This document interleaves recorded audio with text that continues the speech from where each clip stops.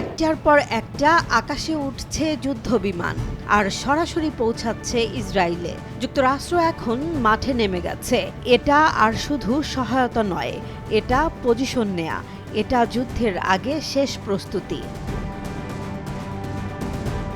Israel কিনছে সবচেয়ে আধুনিক F-35, পাশাপাশি আসছে F-15, আর যুক্তরাষ্ট্র দিচ্ছে বিলিয়ন ডলারের অস্ত্র। মানে পরিষ্কার, এই যুদ্ধ ছোট থাকবে না।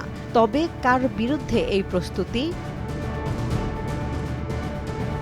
একটা নাম বারবার উঠে আসছে, ইরান।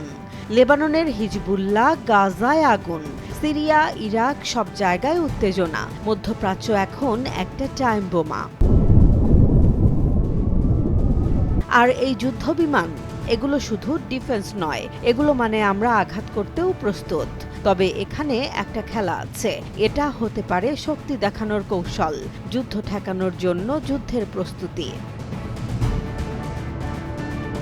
কিন্তু ইতিহাস বলছে, যখন আকাশ ভরে যায় যুদ্ধবিমানে, যখন অস্ত্র জমতে থাকে, তখন যুদ্ধ খুব কাছে চলে আসে।